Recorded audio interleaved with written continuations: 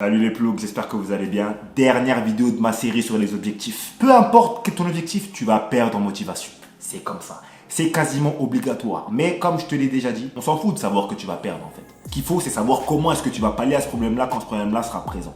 Et donc là, je vais te donner 3 moyens justement pour retrouver la motivation que tu perdras quand tu seras en quête vers ton objectif. La première solution que je te propose pour retrouver la motivation vers ton objectif, ça va tout simplement être le rappel. Et moi, je le scinde en 2 petites sous-parties. Tu as souvent dû entendre une phrase qui dit que lorsque tu sais plus où tu vas, lorsque tu as perdu la motivation vers ton objectif, rappelle-toi pourquoi est-ce que tu as commencé.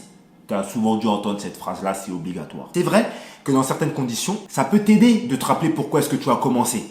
Si tu as commencé pour des causes nobles, si ton objectif est une bonne cause, si par exemple, ton objectif, c'est d'arrêter de fumer. Voilà, tu veux arrêter de fumer sûrement parce que tu vas avoir une meilleure condition physique, tu vas être en meilleure santé, tu vas pouvoir vivre plus longtemps, etc., etc., tu vois. Donc, quand tu as ce type d'objectif-là, c'est bien de se rappeler pourquoi est-ce que tu as commencé. C'est vrai que ça peut te redonner de la motivation. Mais ce type de rappel-là ne fonctionne pas pour tous les objectifs. Pourquoi ? Parce qu'il y a des gens qui ont commencé des objectifs qui leur ont fait un grand bien dans leur vie sans vraiment savoir pourquoi. Je te donne un exemple qui concerne moi personnellement. J'ai commencé à faire de la musculation parce que j'avais du temps à perdre en fait dans ma vie à ce moment-là. Tu vois, j'étais beaucoup plus jeune que maintenant. On partait pas en vacances les étés, donc pour passer le temps, j'allais à la salle de muscu. Si maintenant je me dis pour me redonner la motivation, je vais me rappeler pourquoi est-ce que j'ai commencé. J'ai commencé parce que j'avais du temps à casser. À l'heure d'actuel, j'ai plus de temps à perdre, tu vois, donc ça va plus m'enfoncer que m'élever, tu vois ce que je veux dire. C'est pour ça que pour moi, le deuxième type de rappel est beaucoup plus intéressant.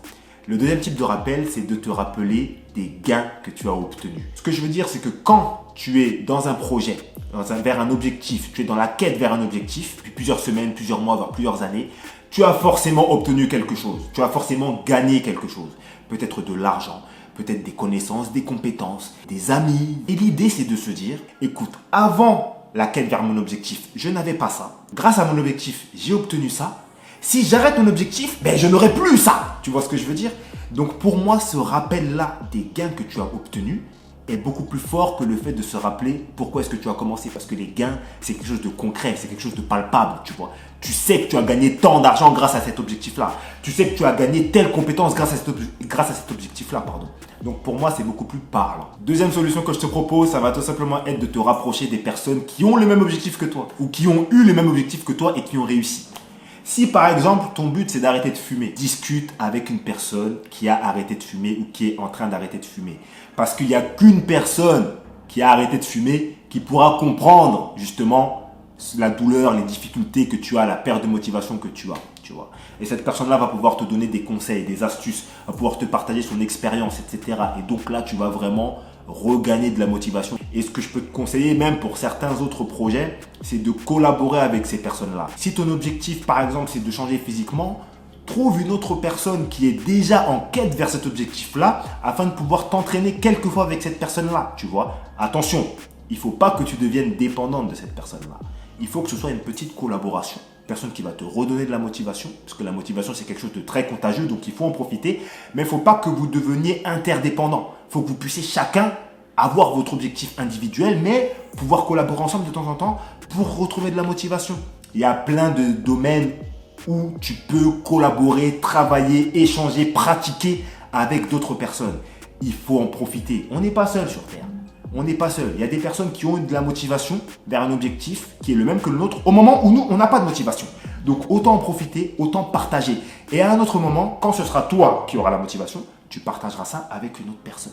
Donc, si tu as la possibilité, collabore avec une personne qui est en quête du même objectif que toi. La troisième solution que je te propose, ça va être celle de t'appuyer sur tes amis et sur ton entourage. C'est une solution que je te propose, mais sur laquelle tu n'as aucun contrôle. Parce que tu ne sais pas comment est-ce que tes amis vont te parler, comment est-ce que tes amis vont te motiver, etc.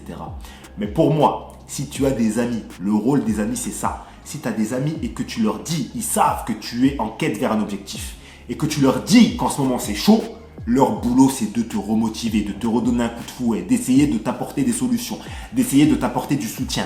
Les amis, ça sert à ça. C'est pas que être là, ouais, lui c'est mon gars, elle c'est ma gauche, je sais pas quoi, ça c'est bien beau, mais ça sert à rien. Tes amis ont le devoir, et tu as le devoir envers tes amis, d'apporter des solutions, d'apporter du soutien. Tu vois, si tu n'as pas de solution, au moins apporter du soutien. Autant c'est un point sur lequel tu n'as aucun contrôle, Mais le soutien qui vient de tes amis les plus proches, c'est le meilleur soutien en fait, tu vois. Ta famille, tes amis, c'est le meilleur soutien. Donc voilà pourquoi je te mets ce point-là quand même à disposition, même si tu n'as pas de contrôle sur comment tes amis vont te motiver. Ouais mon petit loup, je suis en train de faire le montage de la vidéo que tu es en train de regarder, mais je viens de me rendre compte que j'ai oublié un petit point que je voulais aborder, donc je le rajoute là tout de suite. Le dernier point que je voulais aborder, c'était pour moi le changement d'environnement.